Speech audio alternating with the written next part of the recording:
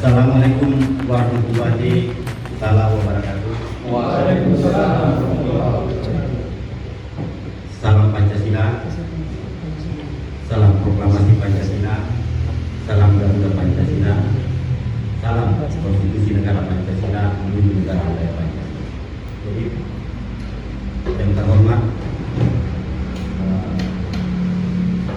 Satu Kesatuan Panitia penyelenggara acara pada malam hari ini, Bapak Rudi dan segenap kawan-kawan dan juga penyedia tempat yang saya hormati, terima kasih sudah melibatkan. Kemudian yang terhormat Bapak anggota Dewan dan juga sekaligus Ketua KMPI Kabupaten Tanah Bumbu, Bapak Andi Kristianto. Kemudian yang terhormat Bapak Abdi Raya, Berani Mikir, dan seluruh Satu Kesatuan hadirin yang hadir pada malam hari. Jadi perkenalkan, nama saya Ali Mustopo. Saya salah satu dari pendiri LSM Indonesia Cerdas di tahun 2005. Jadi mungkin itu adalah LSM pertama yang terdaftar secara resmi di Kabupaten Tanah Bumbu, karena Tanah Bumbu kan berdiri 2003. Jadi itu LSM pertama, dan juga kami juga suka melaksanakan diskusi seperti ini dalam konteks kopi diskusi Pancasila. Itu kami manifestokan di era di tahun 2016. Di 2016 dalam konteks kopi diskusi hari-hari besar kayak seperti Pancasila 1 Juni, kemudian Pancasila Sakti, menjelang ini kan 1 Oktober kan, kemudian Sumpah Pemuda 28 Oktober, kemudian kami dulu mengakhirinya dengan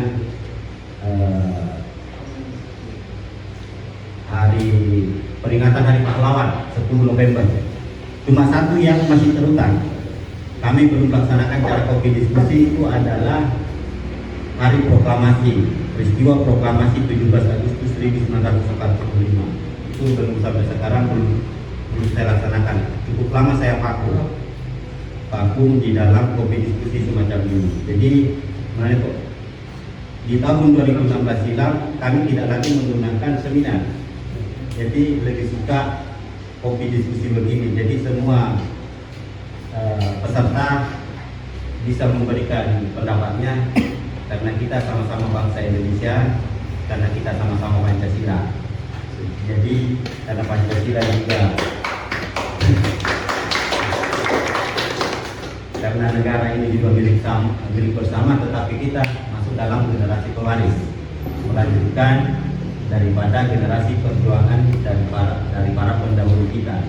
Katakan kelompoknya Pak Wahid Sudirosodo, Ki Hajar Dewantoro, Bung Karno, kemudian Bung Hatta, kemudian Bung Tomo, dan seterusnya, sampai regenerasi beberapa sudah presiden, sekarang sudah presiden ke-8. Jadi kita cukup menjadi generasi pewaris, dan kita tinggal memeliharanya.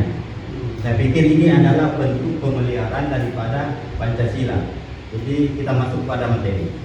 Jadi menurut pandangan saya, karena saya juga ada sebenarnya sudah lama juga mengkritisi mengenai penafsiran maupun cara berpikir Pancasila yang saya katakan di tahun 2012 itu, tetapi saya bergeraknya di Facebook. Jadi di Facebook dengan mencetuskan revolusi Pancasila tunggal manunggal tunggal, atau satu kesatuan satu. Jadi kelima sila itu tidak bisa ditafsir sendiri-sendiri, harus tunggal manunggal tunggal, karena wujudnya sudah ada. Adalah para pembudaya Pancasila. Kalau secara nation state itu ada bangsa Indonesia, sudah satu kita di situ. Ada negara Indonesia, negara bangsa Indonesia. Di 1 Juni kita itu sudah lahir di situ. Jadi Pancasila itu yang kita sekarang pelihara itu adalah Pancasila sebagai galian nada luhur, Pancasila sebagai bangsa Indonesia, karena itu pandangan kita bersama di dalam memandang satu kesatuan entitas kemanusiaan kedua, makanya kita mau menjadi satu bangsa. Kemudian ideologi yang sama di dalam memandang satu kesatuan geographical entity yang tidak terpisahkan, itulah Pancasila dikatakan sebagai ideologi dasar negara. Jadi Pancasila sebagai galian adab luhur itu lebih dalam, karena sampai ke Prahidu Bung Karno itu menggali itu. Apa yang ada di Prahidu? Bagaimana juga bisa Bung Karno mengatakan menggali Pancasila sampai ke Prahidu? Kan tidak mungkin. Tetapi yang digali Bung Karno itu adalah warisan alam pengalaman daripada para pembudaya dari Sabang sampai Merauke, Niaga sampai Rote. Mungkin Pancasila itu sangat sederhana dipahami oleh kita. Kalau orang Bali mengenal Pancasila itu dengan kata sumpah, artinya juga untuk.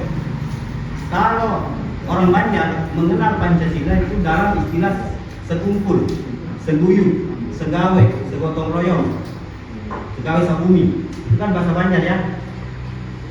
Kemudian kalau orang Dayak mengenal dengan kata selidah, apa itu? Selidah sekata.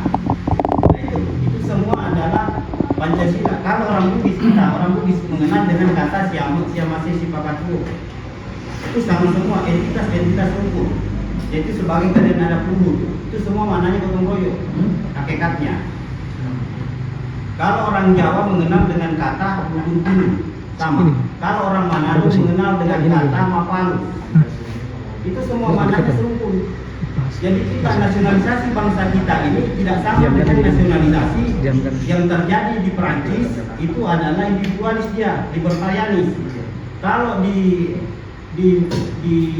USSR Rusia, dia itu komunal manifesto Marxis, dipakai untuk menasionalisasi dirinya menjadi bangsa modern. Cina juga demikian. Cina juga menggunakan nasionalisme individualis libertarianis, merubah dinasti Qing menjadi nasionalisme modern. Nah kita ini cukup unik. Jadi kita itu rumpun dari Sabang sampai Merauke, Niaga sampai Rote tidak perlu diajari lagi soal nasionalisasi, karena kita sudah terbiasa serumpun, bukan karena kepentingan individu, bukan karena kepentingan golongan, bukan.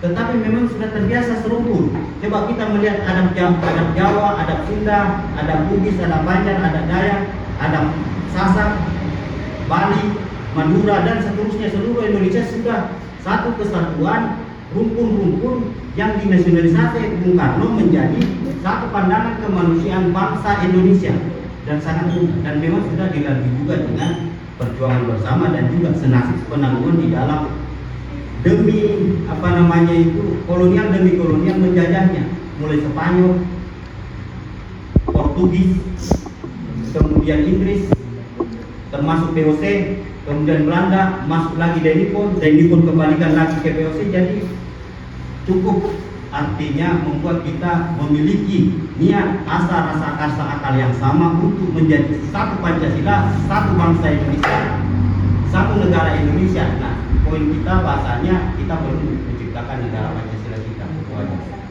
dan itu mungkin kita pada sesi selanjutnya karena bahasa konstitusi. Kalau bahasan konstitusi ini cukup jelimet, mungkin kita sesuai menakar nilai luhur Pancasila, bahwa Pancasila itu bisa dipahami sebagai galian adab luhur, dan semua ada di dalam diri Bapak. Ketika di dalam diri kawan-kawan semua ada niat, asa, rasa akal yang sama untuk hidup sama bersama, kerjasama, bekerja dan kehidupan yang sama sebagai bangsa Indonesia, bernegara bersama, menuju tujuan bersama, dan itulah Pancasila. Tidak perlu kau tanyakan apa agamamu, apa keyakinanmu, apa yang pasti kita Pancasila teis. Di situ yang pasti itu. Kita bukan entitas ateis, tapi kita entitas teis. Kalau kita dikatakan semua teisentris artinya beragama, tidak.